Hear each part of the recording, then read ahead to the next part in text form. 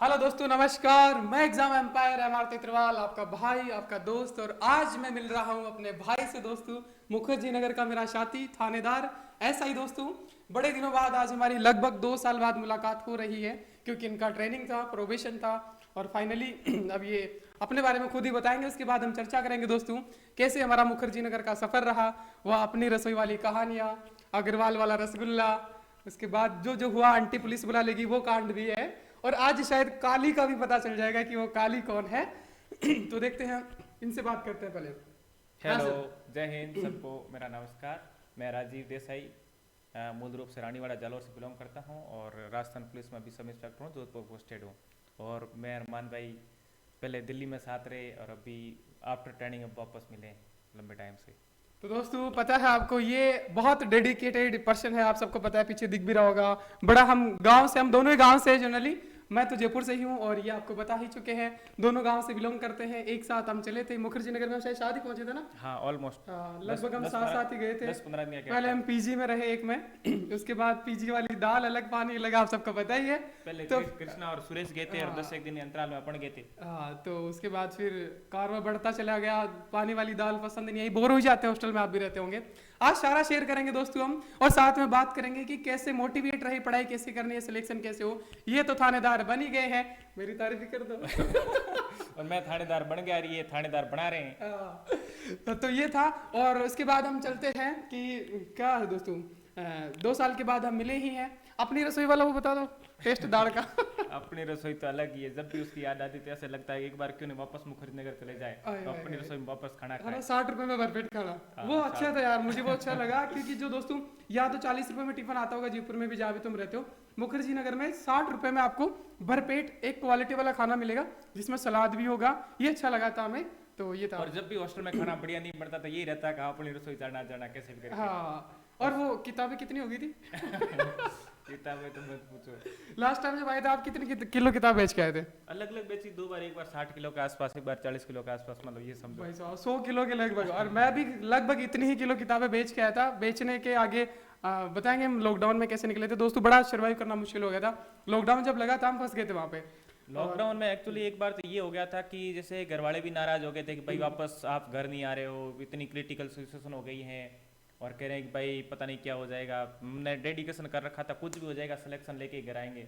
मतलब ये लॉकडाउन लगो, कुछ भी हो जाओ, कुछ भी हो, बट सिलेक्शन लेके ही आएंगे। दोस्तों और ये था, मतलब 2 महीने बंद कमरे में रहते, ऐसे कि मतलब उस हिसाब से नीचे भी लिमिटेड जाना, सब्जियां रोटी उसके हिसाब से, फिर भी सर्वाइव किया। आलू प्याज से काम चलाना पड़ा था। सब्जियां तो कहा थी, है ना। पहले जिस दिन लॉकडाउन, मोदी जी ने कहा आज लॉकडाउन, हम गए भाई साहब मार्केट में, 10 किलो प्याज उठाए, 10 किलो आलू उठाए, उन्हीं से काम चला रहे थे। और ये सब के हालात वही थे। और लगभग हमारे पास ज्यादा पैसे भी नहीं थे, शायद 70 रुपए ऐसे थे।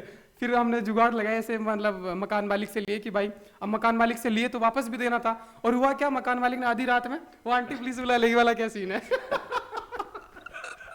कमरा खाली कर वो अलग। पता है, मकान मालिक आ गया, आंटी और अंकल ऊपर, और बोलते हैं कि किराया चाहिए भाई। अब लॉकडाउन है भाई, किराया लाए कहाँ से, बाहर तो जा नहीं सकते, है ना। एटीएम पे भी पुलिस का पहरा है। और एटीएम क्या हालात तो आप सबके, जैसे आपके पुलिस तो सब जगह सपोर्ट सब, करती, हाँ, पुलिस सपोर्ट करती करती है। थी। हम निकले थे तब भी पुलिस का ही सपोर्ट था।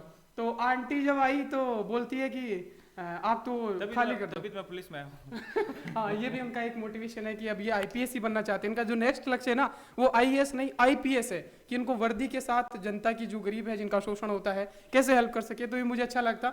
मैं खुद इनसे मोटिवेट रहता हूँ थोड़ा थोड़ा कि मान भाई का टारगेट जहाँ आईएएस है, मेरा टारगेट आईपीएस है। तो इनको वर्दी वाला थोड़ा रुतबा है। तो दोस्तों आप भी, क्या मेरा प्रमोशन कर दो थोड़ा यार। आप भी आईएएस बनोगे। नहीं, मेरा काली वाला क्या, आपके दोस्तों ने क्या कहा, काली कौन है? काली काली वाला लास्ट में बताएंगे क्या है क्या नहीं। है ना, पूछते होंगे दोस्त ये काले एक कर। वो आधुनिक हिस्ट्री वाला वो क्या है, कहानी क्या है, वो भी हाँ, बता वो दो। हिस्ट्री वाली कहानी बताई नहीं, भी बच्चों को बताऊंगा। मॉडर्न हिस्ट्री वाली बात करो ना। हाँ, Modern history। हम साथ में पढ़ते दोस्तों। मतलब इनका ज्योग्राफी अच्छा है, काफी अच्छा है। जब ज्योग्राफी में जब भी जीआरएफ मेरे को हिस्ट्री में कोई दिक्कत आती थी, मैं मान भाई के पास चला जाता था। मेरी ज्योग्राफी बढ़िया थी तो इनको ज्योग्राफी में जो भी दिक्कत आती थी मेरे पास पहुंच जाते थे। तो हमारी मेरी कहानियां तो याद रहती थी, है ना। अभी भी याद होगी वो एक तो। कहानियों से काम चलता है। भाई कहानी हमारी आज फेमस नहीं हो रही, हम तब भी कहानियों से पढ़ते थे। और ये फाइनली हमने मेंस से इंटरव्यू दिया। एक वो भी कहानी है, हिस्ट्री में टॉप किया टेस्ट में। पार्टी तब भी बाकी वो वाली। हाँ, उसकी पार्टी बाकी है दोस्तों। हम क्या है, ये ज्योग्राफी में इनके अच्छे मार्क्स आते थे कोचिंग में।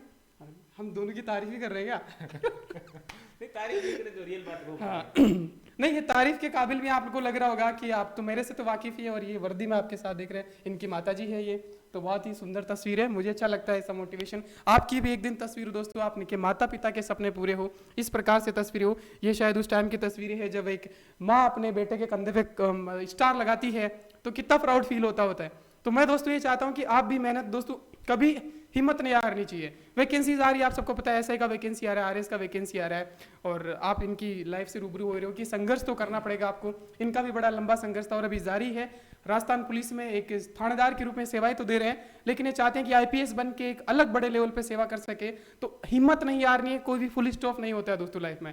विवेकानंद जी क्या कहते हैं कि हिम्मत मत हारो, चलते रहो। चला नहीं जा रहा है तो दोस्तों मैं हमेशा कहता हूँ कि धीरे धीरे चलो, दौड़ा नहीं जा रहा है तो चलो, चला नहीं जा रहा है तो घुटने के बल चलो, घुटनों के नहीं तो रेंगते चलो, लेकिन रुकना नहीं है। और इनका भी मुझे अच्छा लगता है, मुझे खुद मोटिवेशन मिलता है। और मेरा भी यही है कि अभी फिलहाल मैं तो आईएएस का कर ही रहा हूँ ट्राई, हम दोनों भी कांटेक्ट में है, और आज तो लंबे दिनों बाद मुलाकात हुई। मेरे जितने हाँ। छोटे भाई बहन हैं जो तैयारी कर रहे हैं और कंटिन्यू लगे, उनके एक ही है कि मतलब जो टारगेट डिसाइड कर लिया उस टारगेट के प्रति कंटिन्यू डेडिकेटेड रहो और कॉन्फिडेंस रखो कि भाई हाँ अपन को करना है और करके ही रहूंगा, कुछ भी हो जाए।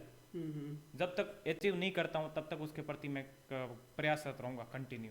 और मेरा यही डेडिकेशन था, जैसे मैंने बीएड नहीं की थी, नहीं करनी है, मतलब टीचिंग लाइन में मुझे जाना है, नहीं मास्टर नहीं बनना है, और मुझे सिविल सर्विसेज में जाना था, और तो मैंने एक सिटी पार कर ली और वो अगले के लिए प्रयास। हाँ, मतलब इससे एक चीज निकलती है कि आपका जो भी टारगेट है, चाहे आपको टीचर बनना है तो आप उसको जीना पड़ेगा आपको, कि आपके खून खून में रग रग में आपको टीचर बसाना पड़ेगा। अगर आपको सिविल सर्विस जाना चाहते हो तो उस हिसाब से आपको मेंटली प्रिपेयर होना पड़ेगा ना। बिल्कुल, बहुत जरूरी है। ऐसा नहीं कि इधर भी घुस गया उधर भी घुस गया, हालांकि ऐसा आजकल होता है कि कोई भी रोजगार मिल जाए पहले तो ये भी जरूरी होता है, बट डेडिकेशन, लेकिन डेडिकेशन एक बार जो मिल जाए, जैसे उनका इनका वर्दी का, कि मेरा वर्दी का ऐसा है, तो इनका अभी आईपीएस है ना कि आईएएस, जबकि आईएएस भी बन सकते हैं, टॉप रैंक मारेंगे मुझे उम्मीद है एक दिन, क्योंकि अभी भी ये लगातार अपने ड्यूटी के बाद टाइम निकालते हैं। हम बात होती रहती है हमारी रात को, मतलब इनको 6 बजे उठना होता है, 1 बजे तक पढ़ते रहते हैं, तो अच्छा लगता है मुझे मोटिवेशन, इसलिए मैं आपकी कहानियां बना पाता हूँ कि आप भी भावी ऐसा ही बनो। डेडिकेशन बहुत जरूरी है, डेडिकेशन और आपके साथ कॉन्फिडेंस भी होना चाहिए, जिस चीज के लिए आप प्रयासरत हो, जिसके लिए कर रहे हो। और यदि आप रणनीति भले चेंज कर लो, बट आपका जो टारगेट है उसको फिक्स रखो कि मुझे ये करना है, मतलब करना है किसी भी सूरत। वैसे कितने घंटे पढ़ना ठीक रहता है?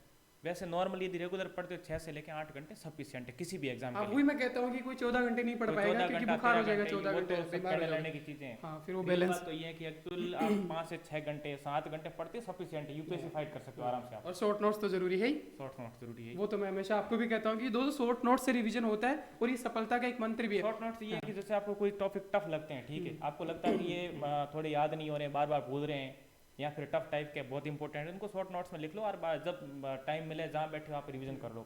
बाकी मेरी वाली कहानी रिवीजन कर लो। बाकी मान सर की कहानी है तो एक पर्सनल सवाल पूछ लूं?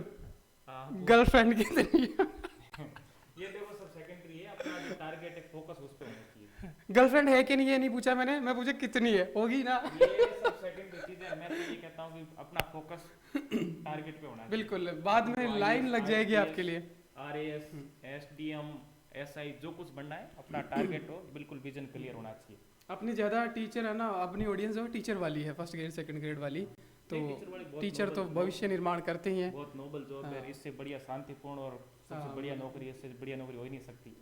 टीचर सबसे बढ़िया नौकरी है, बट ये है कि हर किसी का इंटरेस्ट अपना अलग अलग रहता है, किसी को टीचर पसंद है, किसी को पुलिस की, किसी को वर्दी पसंद है, किसी को आर्मी पसंद है, तो वो अपनी उस पे है किसको क्या पसंद है उस हिसाब से।